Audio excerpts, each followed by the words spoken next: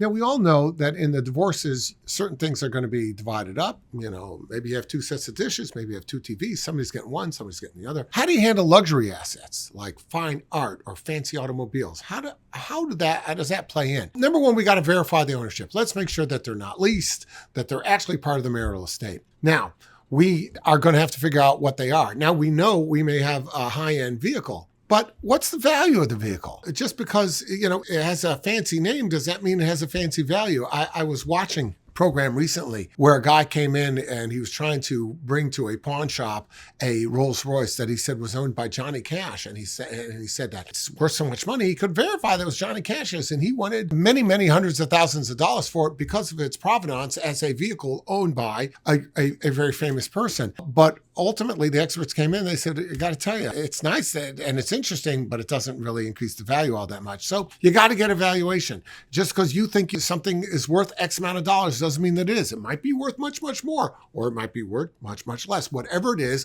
the court has to determine a fair value, and then that asset's going to be divided. Now, that doesn't mean that they're going to sell it, and that doesn't mean they're going to cut it in half. The court may say, okay, here's an asset. You really want it? You want it a lot? It's a beautiful Rembrandt. It's worth $50,000. Okay. Half of that is 25 of that belongs to the other person. Now, we're not going to cut the painting in half. You keep the 50, but we're going to give them 25,000 extra to balance it out. So that's how the court works in these things. Emotional attachments to an item is not going to determine what the price is. If worse comes to worse, remember one thing. Court's in the liquidation business. If you guys can't agree on what'll happen, the court will take some steps to resolve it. And that could include just appointing a receiver and have a receiver, sell the darn thing on eBay. You never know how that's going to work. So emotional attachments aren't going to set the price. You'd be better off trying to get a fair market value of what you think that is from people who are not emotionally attached, and then you'll really know what you're dealing with in terms of an appropriate valuation. 248-588